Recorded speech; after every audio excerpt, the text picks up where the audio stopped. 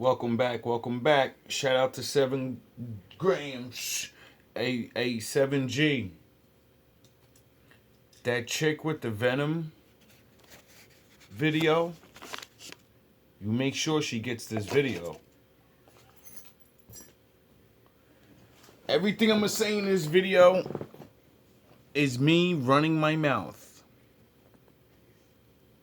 I'm just thinking. Because, I watched a lot of movies and stuff, and I like to relate things to real life because stories are based off real life. Fake stories are based off things that happened in real life, and then they embellish the story to make it a really great story. Get it? It's what liars do. They take a little bit of truth and then they make a big story, and then everybody thinks that guy's cool until it's time to prove who you are. Now let's jump into this. I'm about to educate you, the older people. So you told us to stay away from the movies, and you were right. They would hurt us. They would make us dumb. But then there's some that the Lord needed to see these things because he protects them. Wes Craven, director of Nightmare on Elm Street, believed that he and his family were a textbook example of suppression of emotion. Pay attention. Craven had lost his father, an alcoholic and factory hand, at a young age, and he grew up in a strict Protestant household. In fact, not unlike the plot of Footloose, he was not Isn't that what superheroes usually go through? Religious backgrounds that are really strict, and they lose their father or their mother, their parents or something. allowed to dance, drink, or go to the movies. Craven said he finally saw his first movie, To Kill a Mockingbird, when he was a senior in college. But instead of angry dancing and doing a full gymnastics routine in an abandoned warehouse to let out his repressed emotions, Craven turned to gore. He said, as they say in psychological circles, my family never got in touch with their rage. So making movies, these awful horror movies no less, was, I guess, my way of purging this rage.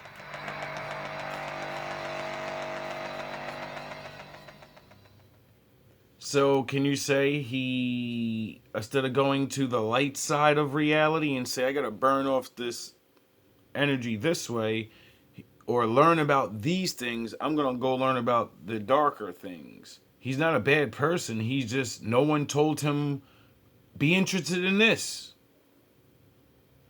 His first And he liked it because, he said the religious background and they were forcing him.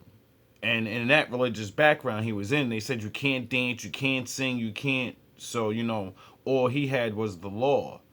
But that ain't what my father said to do. So when you only give someone the law and you think the law means you're not allowed to have any fun at all, well, then, you make kids like this. movie, The Last House on the Left, released in 1972, at first received scathing reviews. A New York Times movie review stated, That the made party who great wrote this horror sickening movies. tripe and also directed the inept Millions of actors dollars. is Wes Craven. Nonetheless, the movie was later viewed as a landmark in the genre of horror, taking out the typical supernatural prompt of movies at the time, and instead amplifying terrifying potential. Have you ever seen anything like this before? Freddy Krueger beat everybody else because it was the next level of scary shit. And why do you think? The only reason a scary movie gets more scarier than the next movie is because there's truth in it. We don't know what the truth is, but that's what the fuck scares us. It's because you're like, what part is true? All of this shit is scary as shit, but Is two young girls who are kidnapped and slowly tortured by escaped convicts. Director Ang Lee, who worked on Crouch, typical supernatural prompt of movies at the time, and instead amplifying terrifying potential realities, as the concept of the film is two young girls who are kidnapped and slowly tortured by escaped convicts. Director Ang Lee, who worked on Crouching Tiger, Hidden Dragon, and Brokeback Mountain, said, "It's one of the greatest films ever. And now that I've seen it, it should be banned." After the success of The Last House on the Left and I wonder why he said a movie like that should be banned. The Hills Have Eyes, released in 1977, Craven's career seemed to plateau, but then he saw an article in the LA Times about the mystery of sudden unexpected nocturnal death syndrome, or SUNS, a case of... Did you know people actually can die in their sleep? I'm sure most of us heard of it. Unexplained cardiac arrest while in slumber, which inspired the concept of Nightmare on Elm Street. You have a heart attack. Craven had a fully developed script by 1981. Like The Last House on the Left, Craven had taken the literal, heart-stopping possibilities of real life and created a movie concept escalating the fear of dying in your sleep. Wes Craven's Nightmare on Elm Street was released in 1984. The movie follows 4 teens who are terrorized by a serial killer, Freddy Krueger. The villain haunts the teens in their dreams, and by killing them there, he also kills them off in real, waking life. By the end of the film, only one teen survives, Nancy Thompson, who becomes the protagonist for the franchise's subsequent movies. Throughout the franchise, it is revealed that Freddy Krueger became a serial killer of children because he was the child of a nun who had been raped by 100 criminally insane men at an asylum, and he grew up in an abusive household. Oh, so Freddy Krueger is your guy that had a mentally disturbed mother, and then because she was in an asylum, a bunch of maniacs raped this woman and create this boy. The boy's not crazy, so they let him out and he gets adopted, but you know how normal people are. You're not normal. So you knew his background, and what do people do when you come from a son of 100 maniacs? You tease him unmercifully and turn him into a maniac. Angry mob of adults from the area he terrorized then burned him alive. So then he grows up to be an adult. He does some weirdo shit because, nobody likes him. So I remember Freddy's story. I remember the story. I like the movies. It was fucking crazy. I don't know why I'm fascinated with shit like that. Maybe it's my Vegeta. So Freddy was he used to make weird devices. The glove he had, the razor gloves, is because he created it. He was a creator guy. But he was alone. They got picked on. So he was like weird. Got left in the shadows, and it's not a good place to be by yourself your whole life. So, I forget how the story goes. I think he hurts a little girl or something. And then all the parents go ape shit, abandon Jesus and the ways of Christ. Take the law in your own hand, barricade this man in his house, and burn the house to the ground with him in it. That's how Freddy Krueger was born. Because good people did a good thing and created a fucking super demon. But even after the burning, his spirit continued, and he took out his trauma by killing teenagers through their dreams. Holy shit! It seems like Freddy learned the Jedi master trick of, if you strike me down, I'm gonna become more powerful than you ever knew. And I'm gonna take it out on your fucking children. Craven says he had come across an article in the LA Times in the 70s about a family who had escaped Cambodia's killing fields and fled to the US. There, the young son had disturbing dreams about something or someone chasing him. Quote, "Oh, so this is something that happened in real life." He told his parents he was afraid that if he slept, the thing chasing him would get him. So he tried to stay awake for days at a time. When he Wow, that's exactly what all the victims of Freddy say. finally fell asleep, his parents thought the crisis was over. Then, they heard screams in the middle of the night. By the time they got to him, he was dead. Damn. He died in the middle of a nightmare. Here was a youngster having a vision of horror that everyone older was denying. That became the central line of Nightmare on Elm Street. Oh, so in real life, children say something's weird going on, and parents don't believe you because for some reason, their parents, they know everything.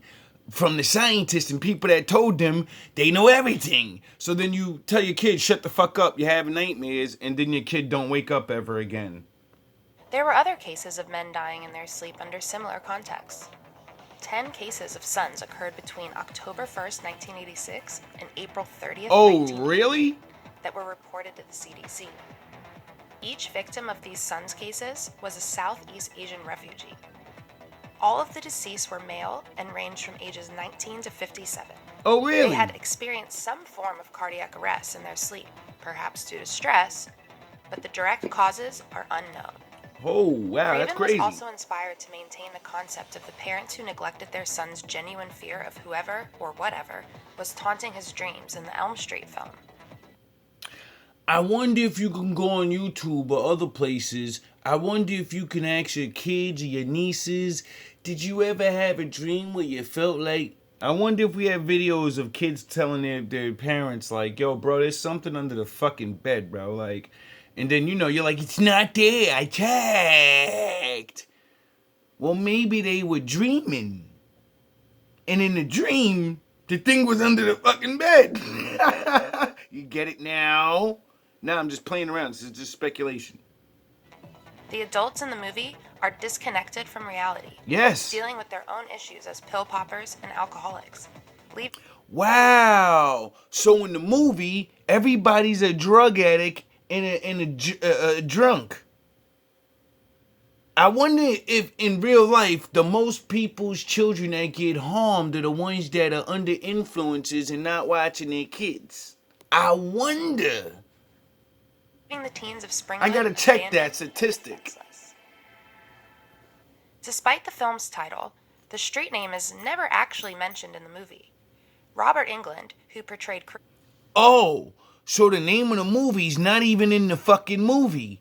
I wonder why. Because they don't do nothing on for no reason in the movie. Everything done in the movie's for a reason. Let's find out. Kruger observed that every town has an Elm Street. To this day, England regularly autographs stolen Elm Street signs because of how common the name is. Oh, because there are real places named Elm Street. And the main character said, every place has an Elm Street. I wonder what he means by that. Craven also deliberately chose the street name for the film because of real-life events which occurred near a real-life Elm Street. Notably, Craven has pointed to the 1963 assassination of John F. Kennedy, as Elm Street ran past the book depository where the U.S. president was shot. Holy fucking shit. I did not see no JFK shit coming. What the fuck? I was gonna go somewhere else with that, but that's weird. There's something else that's funny that I noticed about that, though. It seems like black people die on a certain street, too. Do y'all want to know what that street is named? It's named after somebody that had a dream! Craven noted that Elm Street is where the innocent world ended. When considering the content of the Elm Street franchise and the ways in which its young protagonists horrifically lose their innocence, it makes sense that this provided inspiration for the director. Oh, really? Craven had also used the plot of The Joys of Youth Corrupted by Terror to reflect the anxiety of stranger danger in the United States during the 80s. A 1986 Weekly Reader reported a poll that stated children in grades 2 through 6 perceived stranger danger as more of a potential threat than a nuclear war. Oh, so back in the day, we wasn't trying to hear that. We took it as serious as somebody threatening us with a nuclear blast. No wonder kids were so safe back in the day. During the Reagan era, much of the conservative political platform, with a focus... I mean, I'm not saying it's like, things wasn't happening, but, I guess when you take something a little more serious, you lessen the problem. On fighting crime and strengthening the American family unit, was justified with the mission to save the children. Damn, I never thought I would say shout out Reagan. Straight up, that don't even sound right coming from my breath. Awareness of stranger danger came to the forefront of the American... Reagan took one from the OG. He said, man, Reagan love the kids. Reagan love the kids. Yo, this world is funny, yo. Public, with increased worry that pedophiles and sex offenders could lurk in safe neighborhoods. This also explains why Nightmare on Elm Street is located in what appears, at first, to be a suburban utopia. Oh, really? Not only did Craven draw inspiration for violence in suburbia from the nation's panic of stranger danger, but the concept of Elm Street also came from personal experience. Craven reportedly once witnessed an old man walking along the path beside his window when he was... You know why it's better to make Elm Street in a uppity neighborhood and not the less fortunate? One, because back in the day, like they said, we took that shit like a nuclear threat, which means if you get caught, we pummel you outside and then we call the cops. And whatever happens to you happens. They just gotta scrape up the pieces. In the suburban neighborhoods, although they have more money, they think they have more security. They have to call the cops for any crazy shit like that. They're afraid. Poor people, we're just as crazy as that guy. So, we just don't do what he does. So we'll take the Sith Lord powers we have of evil and we'll pummel you. Home as a child. The man stopped and peered at Craven, frightening the child, and then wandered off. Reportedly, this inspired Craven when coming up with his villain, pondering the psychological factors that would compel someone to simply scare a helpless child. Oh, so to make a really good movie character, you have to study psychology and crazy people and understand how they work, so then you can model that character into your story, and then people be like, wow, that story, I don't know what it was, but that character scared the shit out of me and I had dreams and nightmares about him. Because he based a character off all real shit, a real person, a real story, real fucking psychic deaths, sleep deaths, paralysis, whatever the fuck that is. And yeah, when you have all these things based off all real things and then you make a fictional story, I think that would make a really fucking scary story, right? Now, I'm sorry for the embarrassing voices and all these things, but this is for entertainment. I can't entertain you if I'm the same as everybody else. It's just spunk. Now, let's get deep into this and have my little ramble. It's ramble time.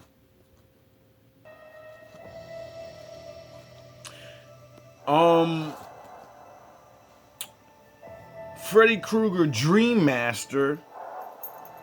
That's the third movie. Lucky number 3.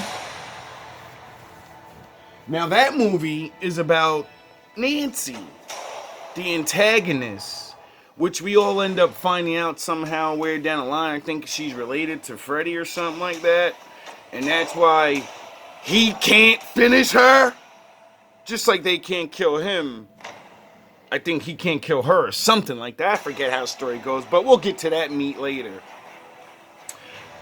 What I do remember from that story is, before the story, everybody else were just regular people, and they had to stop being afraid of Freddy to get rid of him. They couldn't kill him because he sided with 3 demons. See, Freddy's a man that fell super victim to the Sith and allowed 3 fucking demons to go inside of him. How a man that sits in a fucking basement all day learns how to do that, I don't know. They never explain that in the story. So, these new children figure out something the old people never figured out. That they can kick Freddy's ass. And that they were nerds and rejects in the real world. But when they went to sleep and Freddy tried to get them, they got powers.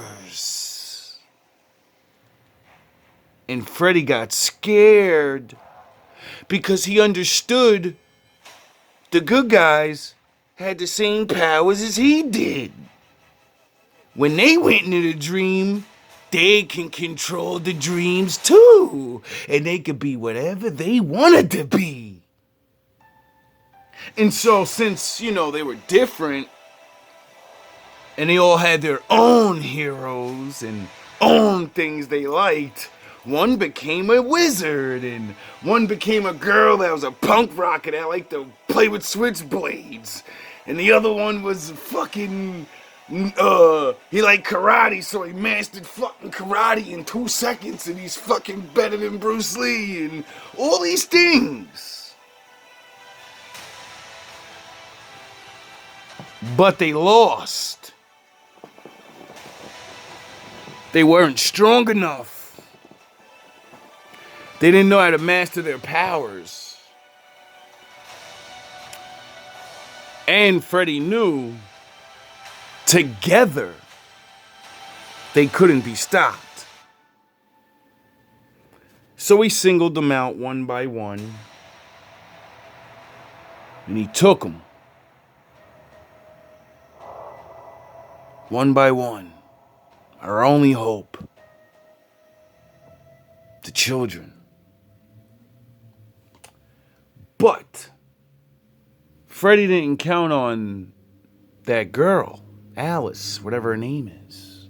See, I think Alice had the same, I don't know how, destiny on reversal or blood or whatever. I gotta look into it, like I said. But she had a special power. She had the power to absorb all of the ones that he destroyed. And she took their powers. Sort of like Goku, how he became God Goku. They had to give their power to him.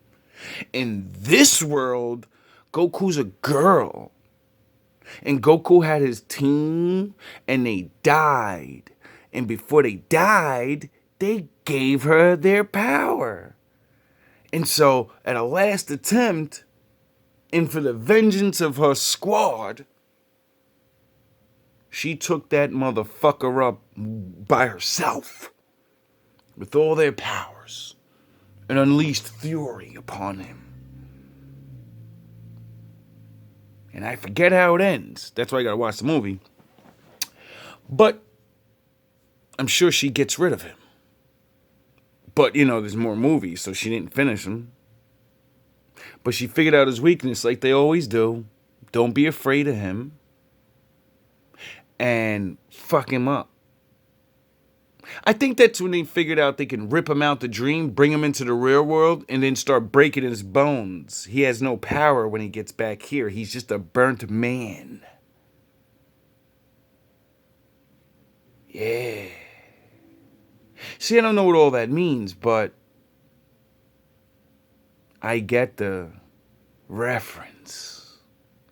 All love, all praise.